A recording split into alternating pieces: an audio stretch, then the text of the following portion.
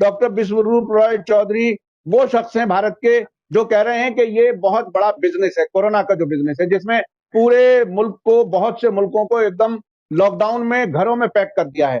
इसके अलावा बहुत बड़ा बिजनेस है ये कहते आए हैं। उसके साथ साथ ये कहते रहे हैं अब से पहले कि वायरस की कोई वैक्सीन नहीं होती, इसकी भी कोई वैक्सीन नहीं है।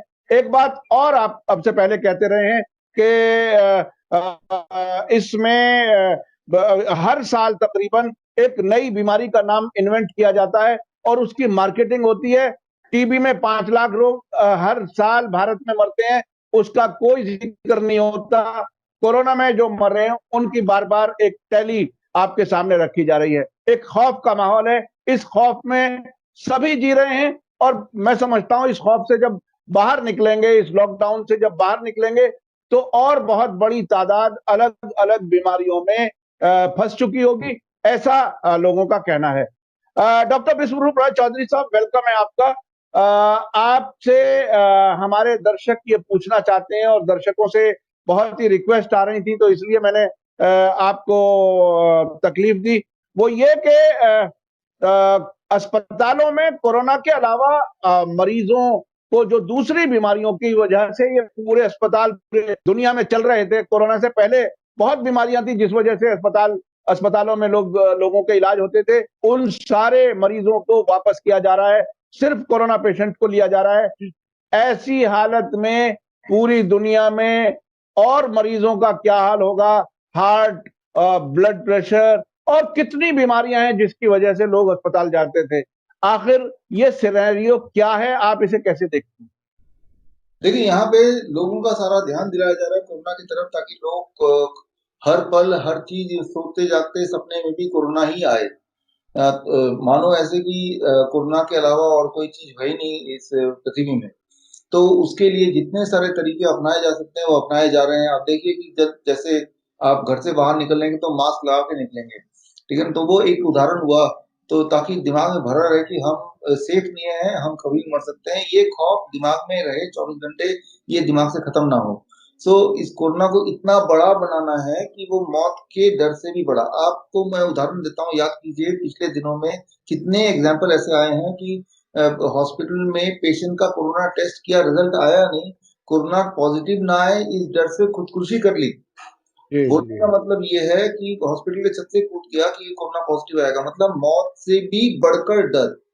जी मौत तो जी डर होता है, उससे भी एक बड़ा डर बन के आया है कोरोना की, भाई मैं मर जाऊंगा लेकिन कोरोना पॉजिटिव नहीं आना चाहिए, ऐसा एक खौफ दिमाग में बैठ जाए। वो कैसे जी होगा? उसके लिए जितने सारे हथकंडे हो सकते हैं, उनमें से एक हथकंडा है कि हॉस्पिटल में कोई अगर हार्ट का मरीज जाता है, किडनी का मरीज जाता है, डायबिटीज का मरीज जाता है, इवन जो डायलिसिस वाले पेशेंट है, जो हफ्ते में 3 बार डायलिसिस करना पड़ते हैं, उनको भी वापस किए जा रहे हैं। तो ये सिर्फ एक साइकोलॉजिकल एक मान लीजिए वॉर शुरू हो गया, ताकि हमारी जो सूझबूझ है वो खत्म हो जाए और हम एक वर्चुअल गुलामी की तरफ बढ़ रहे हैं। अब वर्चुअल गुलामी मतलब a real human guinea pig. Ultimately हम एक गिनी पिग जी के रह गए हैं, हम एक रोबोट बन के रह जाएं, और मतलब रोबोट को कंट्रोल करने वाले थोड़े से लोग हों, और उस लोगों के जैसे बहुत पहले राजा महाराजा के राज हुआ करते थे, उसी तरह का एक शासन आने वाला है। तो उसी जी दिशा जी में छोटे छोटे कदम है, उन सबको जोड़ेंगे तो उसी दिशा में जाता हुआ दिखेगा। तो ये तो हुई एक बात। दूसरी बात, इसका पॉजिटिव साइड ये है, आप देखिएगा जितने सारे हॉस्पिटल्स हैं, हार्ट के पेशेंट को नहीं ले रहे, किडनी पेशेंट को नहीं ले रहे, डायबिटीज पेशेंट को वापस कर रहे हैं। नतीजा क्या आ रहा है? नतीजा सिर्फ एक आ रहा है कि डेथ रेट अभी बहुत कम है, हार्ट से, डायबिटीज से, किडनी से बहुत कम है। जो नॉर्मल डेथ रेट होती है, तो उतने लोग नहीं मर रहे हैं। तो एक बात साफ दोबारा से होती है, दुनिया भर में देखा गया कि जब जब डॉक्टर स्ट्राइक पे जाते हैं, तब तब इंसानियत की मोर्टेलिटी रेट कम हो जाती है, मृत्यु दर कम हो जाती है। जहां जहां भी स्ट्राइक हुए हैं, चाहे वो ईरान वाला स्ट्राइक था, चाहे कैलिफोर्निया वाला था, यूके में लंदन वाला स्ट्राइक था, भारत में कितनी बार डॉक्टरों ने स्ट्राइक किया, लेकिन ये देखेगा सारे आंकड़ों को जोड़ के कि जब जब डॉक्टरों ने स्ट्राइक किया, एलोपैथिक डॉक्टरों ने, तब तब उन शहरों की उतने दिनों की जो मोर्टेलिटी रेट है, मृत्यु दर है, कम होता दिखाई दिया। तो इससे इंसानियत को ये सबक सीख लेना चाहिए कि ये जो हॉस्पिटल है, जिससे हमें लगता है इल्यूजन बना हुआ है कि इनकी वजह से हम जिंदा हैं, उनकी वजह से हम जिंदा नहीं है। सच्चाई तो ये कि हमारी वजह से वो जिंदा है।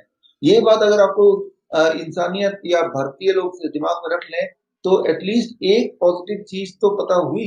इतना सारा जो हमने खोया, इकोनॉमी खोया, या जितना तहस नहस हो गया भारत में, लेकिन कितना 5 साल 7 साल 10 साल पीछे चला गया भारत इकोनॉमी वाइज। लेकिन एक चीज आपने पाया कि हमें हॉस्पिटल की जरूरत नहीं है, हमें एलोपैथिक दवाई की जरूरत नहीं है, क्योंकि जब दवाइयां थी आज से 4 महीने पहले, तब ज्यादा मृत्यु दर थे। अब दवाइयां नहीं है, या आप जा रहे हैं तो आपको लौटा दिया जा रहा है, लेकिन अब मृत्यु दर भी कम है। आप देखेंगे शमशान में जाके आप अगर इंस्पेक्शन करें, पहले कभी शमशान में जाते थे तो कोई ना कोई एक जलता रहता था, कुछ ना कुछ, राइट, कोई ना कोई मुद्दा जलता रहता था, लेकिन अब वहां पे खालीपन दिखाई देने लगा है। तो साफ सी बात है, दुनिया भर में मोर्टेलिटी रेट इज रिड्यूसिंग। ठीक है ना? तो मैं इसे पॉजिटिव देखता हूँ। लोगों को अपना डॉक्टर खुद ही बनना होगा, यही सबक उनको सीखना होगा, इसी डायरेक्शन में बढ़ रहा है।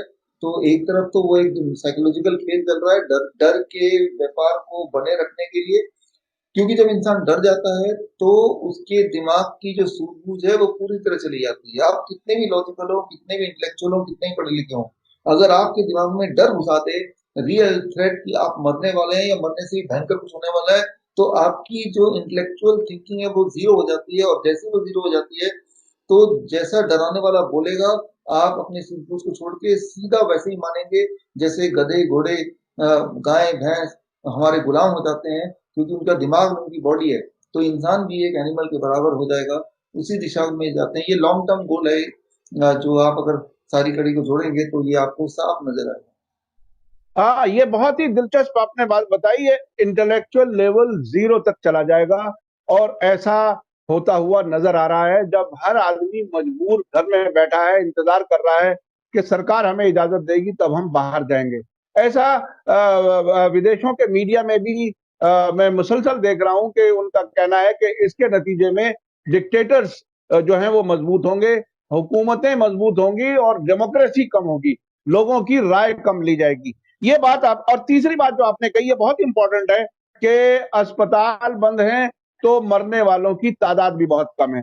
अब मैं अगले सवाल पे जाता हूं कि ये जो प्राइवेट हॉस्पिटल्स हैं जहां एक छोटे छोटे से मरीज का कई कई लाख रुपए का बिल बना देते हैं, और इस हद तक होता है कि अगर उन्हें यह मालूम हो जाए कि वेल ऑफ फैमिली से मरीज है तो उसको मरने के बाद भी वेंटिलेटर पर डाले रखते हैं ताकि उनका बिल बना रहे। अब उनका ये इस वक्त जो जो एटीट्यूड है, वो अक्सर रिपोर्टें सामने आ रही हैं कि वो कोरोना के मरीजों को नहीं ले रहे। तो ये एक तरह से अगर ये पूरा हाइप ठीक भी हो तो वो अपनी जिम्मेदारी से भाग रहे हैं। तो ये जो पूरा जो एम्पायर खड़ा है प्राइवेट हॉस्पिटल्स का, नर्सिंग होम्स का, वो देश की, समाज की जिम्मेदारी से पीछे हट रहा है। इसे आप कैसे देख रहे देखिए, ये तो इरिस्पॉन्सिबिलिटी है डॉक्टरों की और हॉस्पिटल्स की। वो डॉक्टर्स और हॉस्पिटल्स अपने, यूं मान लीजिए, गुंडा राज चल रहा है एक तरह से, कि वो अपनी सहूलियत देख रहे हैं, सहूलियत देख रहे हैं। एक तरफ तो ये है कि किसी भी तरह के पेशेंट को नहीं लिया जा रहा है, वो एक ग्रुप ऑफ हॉस्पिटल्स हैं। और दूसरी तरफ ये है कि भाई कुछ हॉस्पिटल्स हैं जिनको गवर्नमेंट ने कोरोना के पेशेंट को लेने के लिए खास तैयार किया गया है, लेकिन वो हॉस्पिटल्स कोरोना के पेशेंट को नहीं ले रहे हैं। उनमें मैंने देखा, पर्सनली अगर मैंने देखा कि कई सारे डॉक्टर्स हैं जो कोरोना के पेशेंट के फ्रंट लाइन में काम कर रहे हैं, लेकिन उनके अंदर भी एक खौफ है, कहीं मैं ही ना मारा जाऊं। तो ये जो डर है उनके खुद के अंदर, उनको क्लैरिटी नहीं है कि ये कोरोना वायरस क्या है, उसका इलाज क्या है, उसे कैसे मरता है कोई इंसान। ये जो सारी बातें हैं, आपको या एक आम आदमी को ये लगता होगा कि डॉक्टर है तो इसमें सब कुछ पता है, जबकि असलियत ये है कि जितना एक आम इंसान को पता है कोरोना वायरस के बारे में, उसके ट्रीटमेंट के बारे में, ट्रीटमेंट के नतीजे के बारे में, जितना डर एक आम इंसान के दिमाग में बैठा है, उतना ही डर या उससे भी ज्यादा डर एक डॉक्टर के दिमाग में भी बैठा हुआ है। तो कहीं ना कहीं डॉक्टर के दिमाग में वो डर का भी राज है। अब मैं उदाहरण से आपको समझाता हूँ। इस वक्त आज हम बैठे हैं 2 मई, और आज गवर्नमेंट ने आज से कुछ दिन पहले से ऑलरेडी ये जारी किया था कि जो प्राइवेट क्लिनिक्स हैं वो खोल सकते हैं अपनी दुकानें, जैसे डेंटिस्ट की दुकानें खुल सकती हैं। लेकिन जो लोग व्यूअर्स हैं वो अपने अपने शहर के डेंटिस्ट की दुकानों पर चक्कर लगाएं अभी। आप पाएंगे काफी सारे डेंटिस्ट की दुकानों ने अभी तक नहीं खोला, मतलब उनको इजाजत है लेकिन खोला नहीं। वो घर पे बैठे हुए हैं। तो मेरे कई दोस्त हैं जो डेंटिस्ट हैं, तो मैंने उनको बोला आपने खोला क्यों नहीं? तो उन्होंने कहा कि हमने इसलिए नहीं खोला क्योंकि हम डेंटल खोलेंगे तो लोग आएंगे तो उनके मुंह के अंदर हाथ डालना पड़ेगा, तो उनके मुंह में कोरोना वायरस है, उससे हमें बॉडी में आ जाएगा, हम मर जाएंगे। तो इसलिए वो बंद करके बैठे हुए हैं। मैंने उनसे पूछा कब तक बंद करोगे? कहा जब तक कोरोना वायरस नहीं जाता है। मैंने कहा कब जाएगा? कहा 3 तारीख का इंतजार करते हैं, गवर्नमेंट बताएगी कि चला गया है, और अगर गवर्नमेंट बताएगी चला गया तो हम खोलेंगे। तो बोलने का मतलब ये है कि उनको खुद का दिमाग नहीं काम कर रहा उनका। उन्हें लगता है कि इधर जान बच जाए हमारी। तो एक कैटेगरी डॉक्टर ये है, उनको लग रहा है कि मैं आज ही मर गया, इसी वक्त मर जाऊंगा। तो वो जी। डॉक्टर की जो एक इंटेलेक्ट है वो नहीं है उनकी, एक आम जनता की जो सोच है उसी से वो मैच करता है, और उसी से प्रेरित ये एक्शन है। तो कहीं तो एक व्यापार के एंगल से हॉस्पिटल के डिसीजन है, कहीं कोई डर के एंगल से डॉक्टर्स का बिहेवियर है। तो इन सारी चीजों का एक मिश्रण है, एक मान लो एक चटनी सा बन गया, एक खिचड़ी सा पक गया है। तो जो भी हम देख रहे हैं, लेकिन अल्टीमेटली उसमें जो सबसे ज्यादा नुकसान हो रहा है कॉमन आदमी का हो रहा है। तो मैं तो यही बोलूंगा एक आम आदमी के लिए कि ये समय आ गया है कि आपके बॉडी का ध्यान अगर कोई रख सकता है तो वो आप खुद हैं। आप किसी डॉक्टर या हॉस्पिटल पे डिपेंड करेंगे तो देखिए नतीजा आपके सामने ही है। और जो चीज एक बार हुई है, जो इंसानियत में पहले कभी नहीं हुई, तो जाहिर सी बात है उसके होने की पॉसिबिलिटी आगे भी होनी रहेगी। आफ्टर ऑल कोरोना आया है तो कभी हंटा भी आएगा, हंटा वायरस। हंटा वायरस जाएगा तो एक और वायरस आएगा। कोई गारंटी नहीं है कि इसके बाद कोई और वायरस आएगा या नहीं आएगा। ये भी कोई गारंटी नहीं कि कोरोना वायरस जाएगा ही। आज तक सृष्टि में कोई वायरस आया तो है, गया नहीं है, लेकिन वापस इंसानियत मर सकती है, हम और आप मर सकते हैं, वायरस यही रहने वाला है। हमें सीख लेना चाहिए वायरस का रहना, रात में से छुप के रहना।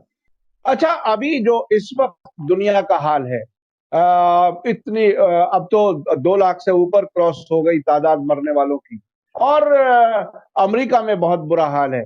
अब आपकी जो अब तक की समझ, जो थ्योरी, जो इंटरव्यूज के जरिए सामने आया है, उससे जो हिम्मत बनती है, उसके साथ साथ जब इतने बड़े फिगर के मरने की खबर सामने आती है, तो वो हिम्मत फिर टूटती है।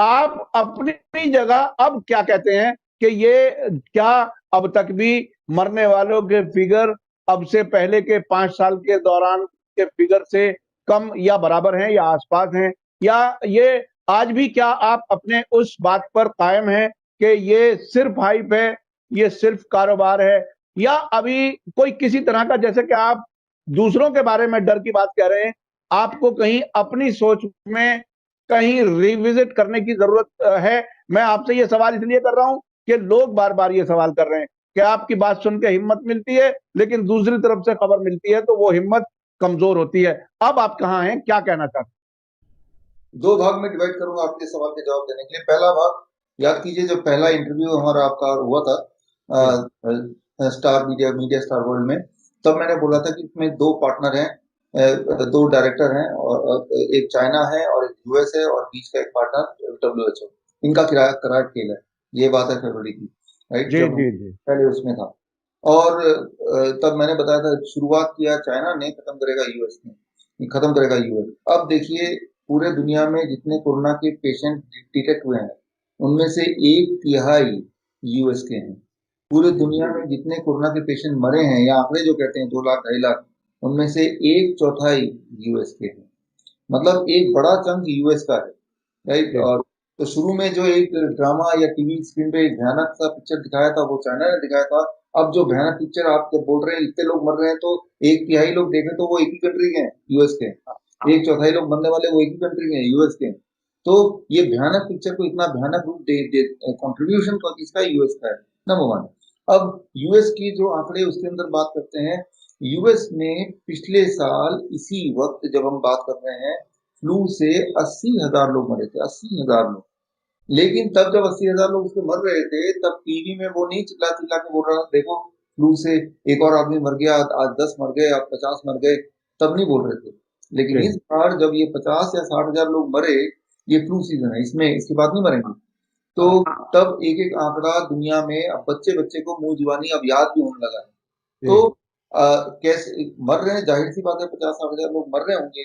लेकिन इस पिछले साल इससे ज्यादा लोग मरे थे, उससे पिछले साल 20-70 हजार लोग मरे थे। तो हर साल फ्लू सीजन में यूएस में इतने या इससे ज्यादा लोग मरते हैं, लेकिन हर साल आपको बताया नहीं जाता है। इस बार अनाउंसमेंट हो रही है, तो फिर आप चिंतित हो गए, बिकॉज आपके पास कंपेयर करने के लिए पुराना डेटा अवेलेबल नहीं है। लेकिन नहीं साहब, मॉर्चरियां भरने की खबर पहले नहीं आती थी, एसी वाली गाड़ियों में डेड बॉडीज पैक हो गई हैं, वो गाड़ियां भी खत्म हो गई हैं। इस तरह की तो खबर कभी नहीं आती थी, जैसे कि अब नंबर ऑफ डेथ और उनके बाद की जो सूरत हाल है वो, और जो सोशल डिस्टेंसिंग की जो एक मुसीबत, मैं मुसीबत इसलिए कह रहा हूं कि अगर ये नकली हुई तो ये मुसीबत ही है। तो ये सब तो नहीं होती थी।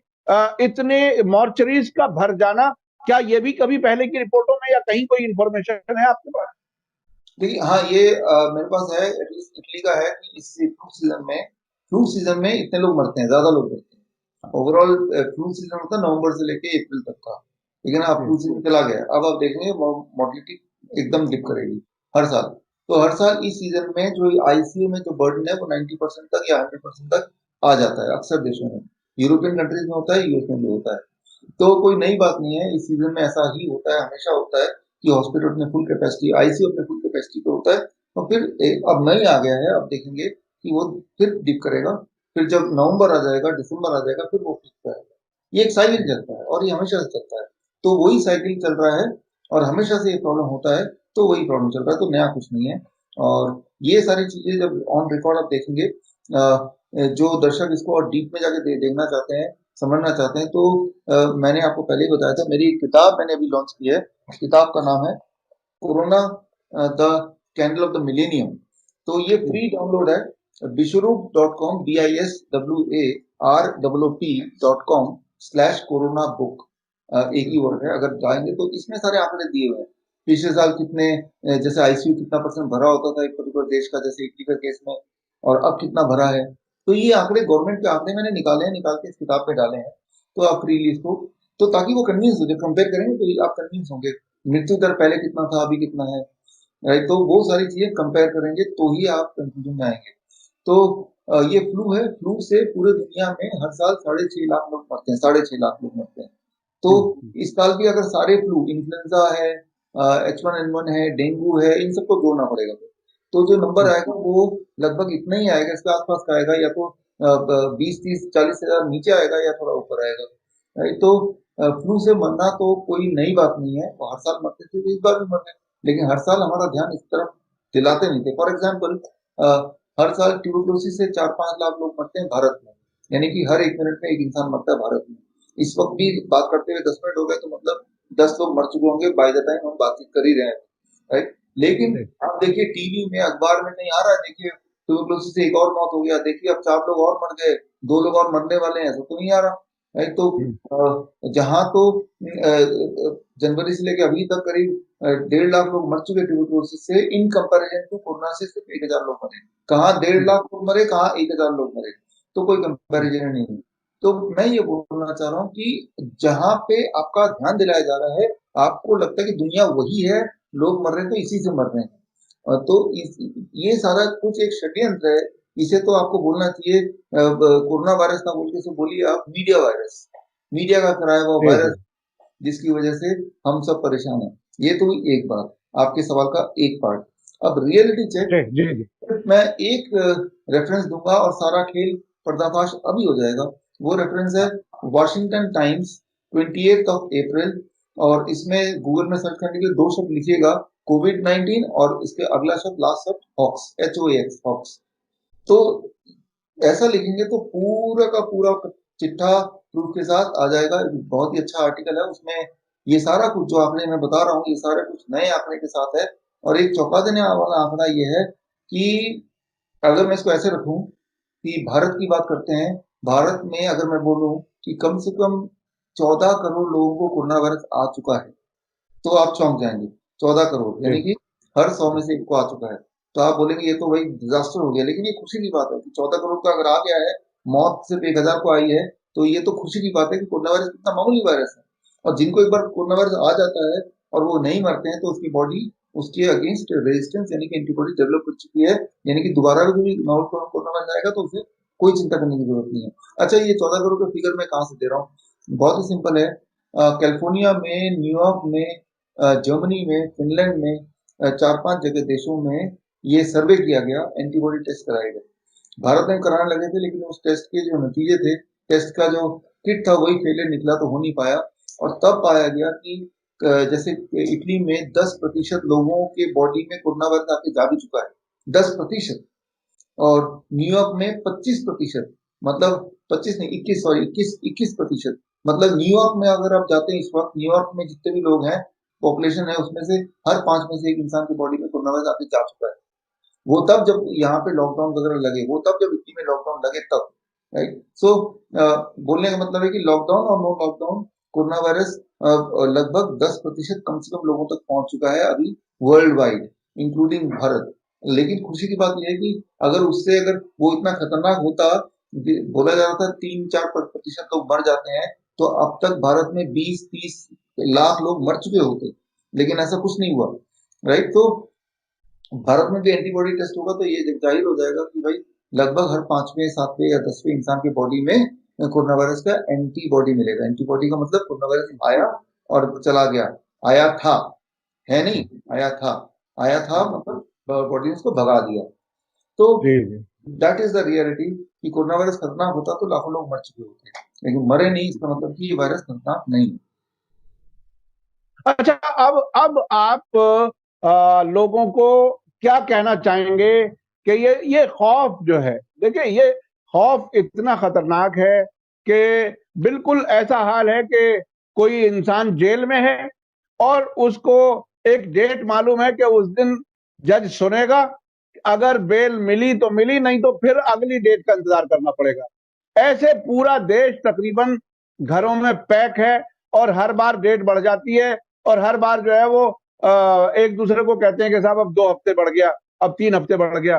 तो ऐसी सिचुएशन में जीने पर मजबूर जिस तरह से किया हुआ है, आखिर इसके फैसले लेने में इतनी बड़ी गलती क्यों हो रही है? आखिर सरकारों को कौन लोग हैं जो इसको, क्या आपकी नजर में क्या ये गलत फैसला है कि लॉकडाउन किया जाए? आपने अब से पहले हर्ड इम्यूनिटी के बारे में भी बताया था। हर्ड इम्यूनिटी कुछ मुल्कों में उस पर अमल किया गया है और वहां कहते हैं कि काफी हद तक कंट्रोल है। भारत में क्या करना चाहिए इस वक्त? सब लोग बेचैन हैं। मैं समझता हूं सरकार में भी कुछ लोग जो जिम्मेदार हैं वो भी परेशान है। पूरे मुल्क की इकोनॉमी तबाह हो रही है, लोग कारोबार से बैठे हुए हैं, कुछ भी नहीं हो पा रहा है। आपकी इस वक्त क्या राय है? राय यही है कि पहली बात तो लॉकडाउन का कोई मतलब ही नहीं है, कोई मकसद ही नहीं है, क्योंकि अब ये जग जाहिर हो गया, साबित हो गया है कि corona virus is flu virus. Flu virus क्या होता है? जिसमें हर 1000 में से एक मरता है। जैसे इन्फ्लुएंजा में होता है, H1N1 में होता है, डेंगू में होता है। 1000 लोगों को अगर H1N1 आएगा तो उसमें से एक मरेगा। इन्फ्लुएंजा में 1000 लोग अगर पीड़ित होंगे तो एक मरेगा। तो ये सारी जो बीमारियां हैं, इनमें 1000 में से एक मरता है, बाकी 999 लोग बिना किसी दवाई के ठीक हो जाते हैं। इसका मतलब इसकी कोई दवाइयां है ही नहीं और उसके बिना भी ठीक हो रहे हैं। तो यानी कि ये इतना कॉमन और इतनी नॉर्मल चीज है कि जिसमें बिना दवाई के भी इंसान ठीक हो जाया करता है। तो मैं ये बोलना चाह रहा हूँ कि ये मामूली चीज वायरस है, ये साबित हो चुका है। ये ऑलरेडी ऑन रिकॉर्ड साबित हो चुका है कि ये नॉर्मल वायरस है। तो जब H1N1 आया था, जब डेंगू आया था, जब इन्फ्लुएंजा हर साल आता है, तब लॉकडाउन नहीं करते हैं, तो इसमें लॉकडाउन का कोई मतलब रहता नहीं। तो ये तो हुए, तो मेरा ही तो राय ये है कि लॉकडाउन एक भारी गलती थी और वो गलती सुधार सकते हैं अभी, लॉकडाउन को इमीडिएटली खत्म करके सारा कुछ नॉर्मलाइज करके, पहली बात। लेकिन फिर ये सरकार क्यों कर रही है?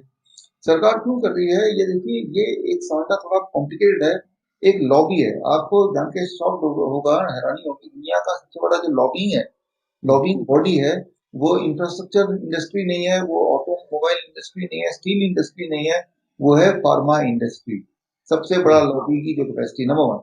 और सबसे ज्यादा डोनेशन देती है पॉलिटिकल पार्टी को अक्रॉस द वर्ल्ड, वो है फार्मा इंडस्ट्री देती है, कोई और इंडस्ट्री देती नहीं है। तो जितने भी जो बड़े पार्टी है, वो कोई भी पार्टी हो सकता है, वो सत्ता में जब आते हैं, उसमें एक बहुत बड़ा रोल होता है फार्मा इंडस्ट्री के, उस पैसे के दम पे, क्योंकि पैसे के बिना तो कोई इलेक्शन लड़ नहीं सकते।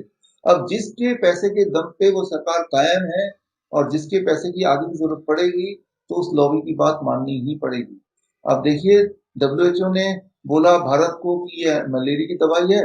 मलेरिया कहाँ और वायरस कहाँ? मलेरिया कोई वायरस नहीं है, और ये दवाई आप भारत में सबको दे दो। तो भारत ने एकदम एकदम अनाउंस कर दिया। उन्होंने बोला ऐसा है कि HIV की दवाई दे दो, अनाउंस कर दिया। जिस दिन बोलेंगे वैक्सीन दे दो, अनाउंस कर देंगे।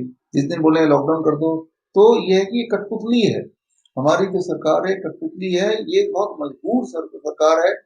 मजबूरी है उनकी, क्योंकि वो यहाँ पे इस पद पे आए हैं जिनके देन पे, जिनके जिनके सपोर्ट से आए हैं, तो यहाँ टिके रहने के लिए उनका सपोर्ट चाहिए, उनका सपोर्ट चाहिए, तो उनकी बात माननी पड़ेगी। शायद इसी शर्त पे ही उनको यहाँ बिठाया, जहां भी वो बैठे हैं। अगर तो ऐसा नहीं है तो मैं सिर्फ एक सबूत दूंगा, बल्कि मैं आपसे पूछूंगा ये सभी से कि अ, कोरोना का इलाज एलोपैथी में नहीं है, सबको पता है। 4 दवाइयां देखी और चारों दवाइयों से मौत के रेट 3 गुना बढ़ गए। चाहे वो मलेरिया का हो, इबोला का हो, या फिर HIV का हो, या एंटीबायोटिक्स हो। एंटीबायोटिक और वायरस का कोई संबंध नहीं, लेकिन तब भी दी जा रही है, मौतें बढ़ रही हैं। जब इतने एक्सपेरिमेंट हो रहे हैं, प्लाज्मा थेरेपी हो जिससे कई लोग मरे हैं अभी, जब इतने एक्सपेरिमेंट हो रहे हैं, तो क्यों ना जो पेशेंट खुद ही विलिंग है, कोरोना का पेशेंट, क्यों ना आयुर्वेद से भी इलाज किया जाए, क्यों ना होम्योपैथ से भी इलाज किया जाए। तो अभी 4 महीने हो गए, एक भी कोरोना पेशेंट के आसपास भी कोई भी एक आयुर्वेदिक डॉक्टर को फटकने तक भी नहीं दिया, देखने तक भी नहीं दिया। ये तो भूल जाइए कि इसको ठीक करने की बात किसी भी, पूरे दुनिया देश में लाखों आयुर्वेदिक होम्योपैथिक डॉक्टर हैं जो रजिस्टर्ड हैं, उनमें से एक भी डॉक्टर को, एक भी डॉक्टर ने किसी एक पेशेंट को आंख से देखा भी है क्या, खिड़की से, कि वो दिखते कैसे हैं कोरोना के पेशेंट? वो भी नौबत, या वो भी उनको किस्मत हासिल नहीं हुआ। जबकि हमारे जो प्राइम मिनिस्टर है वो आयुर्वेद आयुर्वेद करते हैं, योगा योगा करते हैं, वो तो गाना गाते हैं लोगों को दिखाने के लिए शायद कुछ, लेकिन रियल ग्राउंड में जब आपको करना होता तो ये सवाल का जवाब क्या है? एक तरफ तो एलोपैथी के पास इलाज है ही नहीं, और जो इलाज है उससे लोग मर रहे हैं, 3 गुना मौतें ज्यादा हो रही हैं। ये उन्हीं का अपना जर्नल कहता है, राइट, जो अभी जो रिपोर्ट आई है यूएस के अपने रिसर्च इंस्टीट्यूट से। और दूसरी तरफ आयुर्वेदाचार लोग अपने अपने घरों में वैसे ही बंद हैं जैसे आप और हम बंद हैं। और आयुर्वेद जब बोलता है कि हम ठीक करेंगे, हमें भी कुछ पेशेंट दो, तो लॉलीपॉप के लिए ऐसे पेशेंट देते हैं जो बीमारी नहीं है, समझिए, कि जो बीमार नहीं है, अच्छा। इम्यूनिटी बढ़ा हुआ, तो वो लॉलीपॉप देने वाली बात हो गई। या ऐसे कुछ पेशेंट हैं जो पॉजिटिव तो है, लेकिन वो पेशेंट नहीं है, सिर्फ वो मशीन दिखा रही है, वो किट दिखा रही है पॉजिटिव है। ऐसे पेशेंट को पकड़ा, जो ठीक है उनको क्या ठीक कर सकते हैं कोई? तो बोलने का मतलब है कि इससे इंटेंशन साफ होता है। नहीं तो क्या वजह हो सकती है कि हमारे भारत जैसे देश, जिसमें आयुर्वेद का सदियों से रहा है, रिकॉग्नाइज्ड एक पैथी है, उस पूरे आयुर्वेदिक सर्कल में एक भी डॉक्टर को ने एक भी कोरोना पेशेंट को देखा तक नहीं आज तक। इसका जवाब कौन देगा? जी जी राइट, तो क्लियर जी है जी। इंटेंशन क्या है। आप देखिए, आ, जी आप जी जी, देखिए, हाँ बताइए, आप अपनी बात करिए। आप अगर आप घर से बाहर निकलेंगे, आज जब से लॉकडाउन था, एक ही दुकान को खुलने की इजाजत थी, वो है केमिस्ट शॉप, मेडिकल स्टोर। मैं आपसे पूछता हूँ, जनता से पूछता हूँ, इस मेडिकल स्टोर में ऐसी कौन सी दवाई है जिसके नहीं मिलने से इंसान मर सकता है एक दिन 2 दिन में? ऐसी कौन सी दवाई है? देखिए, इमरजेंसी मेडिसिन पे मैंने बहुत काम किया है। मैं लिंकन यूनिवर्सिटी मलेशिया, जो कि दुनिया की 300 रैंकिंग में है, उस यूनिवर्सिटी के लिए इमरजेंसी मेडिसिन पे ही मैं ट्रेनिंग मैनुअल में क्रिएट करता हूँ, कंटेंट डेवलप करता हूँ। तो मुझे अच्छी तरह पता है कि आप बताएं, कोई भी डॉक्टर बता दे कि इस केमिस्ट शॉप में ये वाली दवाई है, जो अगर पेशेंट को नहीं मिले तो रातों रात मौत हो सकती है, या हालत बिगड़ सकती है। ऐसी कौन सी दवा है? दरअसल ऐसी कोई दवा है ही नहीं जिससे पेशेंट मर सकता है नहीं मिलने से, या हालत बिगड़ सकती है। तो ये सिर्फ एक दुकान को खुलने की इजाजत दी गई है, वो केमिस्ट शॉप को। आयुर्वेदिक दुकानों को भी बंद करने के लिए बोला गया था शुरू में, होम्योपैथिक दवा को भी बंद करने बोला था। अगर लाइफ सेविंग होम्योपैथिक दवा नहीं है, आयुर्वेदिक दवा नहीं है, तो वो पैथी को बंद कर दो, आयुष डिपार्टमेंट को बंद कर दो। राइट, तो साफ है कि मंदिर भी बंद है, मस्जिद भी बंद है। तो अब हमारा जो मंदिर है, हमारी जो मस्जिद है, हाँ, हमारा जो भगवान है वो केमिस्ट शॉप है, वो भगवान जो है वो एलोपैथी है। शायद ऐसे ही कुछ दिमाग बिठा रहे हैं। प्रधानमंत्री बात बात में बोल रहे हैं कि वैक्सीन का इंतजार कर रहे हैं, वो इशारा कर रहे हैं कि वैक्सीन आएगा, 140 करोड़ लोग वैक्सीन लगाएंगे तभी घर से बाहर निकलेंगे। तो वो एक पासपोर्ट हो गया, एक चाबी हो गया, आपके बाहर निकलने का एक आपका लाइसेंस हो गया। तो साफ सी बात है कि इंटेंशन ही कुछ गलत है। तो वो दिख भी रहा है, और जो लोग थोड़ा ध्यान से देखेंगे उनको दिख जाएगा, लेकिन डर के लोग बोल नहीं रहे हैं। आगे जाके लोग बोलेंगे, जिन जिन की नौकरी छूटेगी, तो उनको फिर चीजें ज्यादा क्लियर दिखेगी। अभी क्या है कि अपने कंफर्ट जोन में बैठे हैं लोग, टीवी में देख रहे हैं, आपको भी देख रहे हैं, हम भी देख रहे हैं, तो उतना फर्क पड़ नहीं रहा है, लेकिन देश को एक होने की जरूरत बहुत बहुत शुक्रिया डॉक्टर विश्वरूप रॉय चौधरी साहब, आपने बहुत सी हकीकतों से पर्दा उठाया। ये बात सही है कि आपके खिलाफ भी बहुत लोग बोलने की कोशिश करते हैं। कोई कहता है कि आप तो एक्सपर्ट ही नहीं है, लेकिन आपने जिस तरह से फैक्ट्स को बताया, डिटेल्स बताई, वो भी बताया कि इतने लोग हर साल मरते हैं, ये भी बताया कि ये इतना फार्मा इंडस्ट्री का शायद दुनिया भर की जो सरकारें हैं डेमोक्रेसीज में, उनको सबको उनकी फंडिंग जाती है। तो ये एक बहुत बड़ा स्कैम नजर आता है। मैं तो एज ए जर्नलिस्ट कभी कभी महसूस करता हूं कि जब कभी ये पूरा स्कैम डिटेल्स सामने आएंगी, जिस तरफ आप बार बार इशारा कर रहे हैं, तो पता चलेगा कि आखिर पूरी दुनिया के साथ कितना बड़ा धोखा किया गया। ये मैं दर्शकों के लिए छोड़ रहा हूं, वो अपने फैसले खुद लें। लेकिन डॉक्टर विश्वरूप राय चौधरी अपनी एक राय रखते हैं, शुरू से अभी तक, आगे तक अपनी राय पर डटे हुए हैं और प्रूफ के साथ ये सारी चीजें बता रहे हैं कि आखिर ये कितना बड़ा स्कैम है। इसी के साथ मुझे दीजिए इजाजत। धन्यवाद, शुक्रिया, जय भारत।